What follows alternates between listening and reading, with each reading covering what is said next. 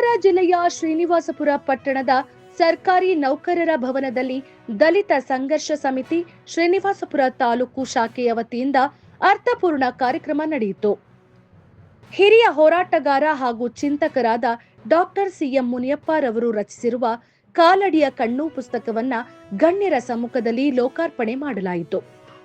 ಇದೇ ಸಂದರ್ಭದಲ್ಲಿ 50 ವರ್ಷಗಳ ಇತಿಹಾಸವುಳ್ಳ ದಲಿತ ಚಳುವಳಿಯ ಅವಲೋಕನ ವಿಷಯದ ಕುರಿತು ವಿಚಾರ ಸಂಕಿರಣ ನಡೆಯಿತು.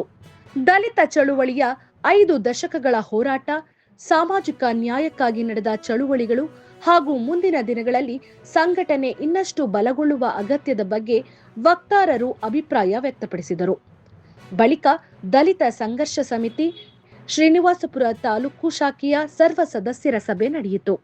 ಸಭೆಯಲ್ಲಿ ಸಂಘಟನೆಯ ಮುಂದಿನ ಕಾರ್ಯಯೋಜನೆಗಳು, ಸಾಮಾಜಿಕ ಹೋರಾಟಗಳ ರೂಪುರೇಷೆಗಳು ಹಾಗೂ ಸಂಘಟನೆಯನ್ನ ಬಲಪಡಿಸುವ ಕುರಿತು ಚರ್ಚಿಸಲಾಯಿತು. ಅದೇ ವೇಳೆ ನೂತನ ಪದಾಧಿಕಾರಿಗಳ ಆಯ್ಕೆ ಪ್ರಕ್ರಿಯೆಯೂ ನಡೆಯಿತು. ಆಯ್ಕೆಯಾದ ಪದಾಧಿಕಾರಿಗಳು ಸಮಾಜದ ಹಕ್ಕುಗಳ ರಕ್ಷಣೆ, ಸಮಾನತೆ ಹಾಗೂ ಸಾಮಾಜಿಕ ನ್ಯಾಯಕ್ಕಾಗಿ ನಿರಂತರ ಹೋರಾಟ ನಡೆಸುವ ಸಂಕಲ್ಪ ವ್ಯಕ್ತಪಡಿಸಿದರು. ಕಾರ್ಯಕ್ರಮದಲ್ಲಿ ದಲಿತ ಸಂಘರ್ಷ ಸಮಿತಿಯ ಮುಖಂಡರು, ಸದಸ್ಯರು, ವಿವಿಧ ಗ್ರಾಮಗಳ ಜೈ ಭೀಮ ಬಂಧುಗಳು, ಸಾಮಾಜಿಕ ಹೋರಾಟಗಾರರು ಹಾಗೂ ಸಾರ್ವಜನಿಕರು ಭಾಗವಹಿಸಿ ಕಾರ್ಯಕ್ರಮವನ್ನು ಯಶಸ್ವಿಗೊಳಿಸಿದರು.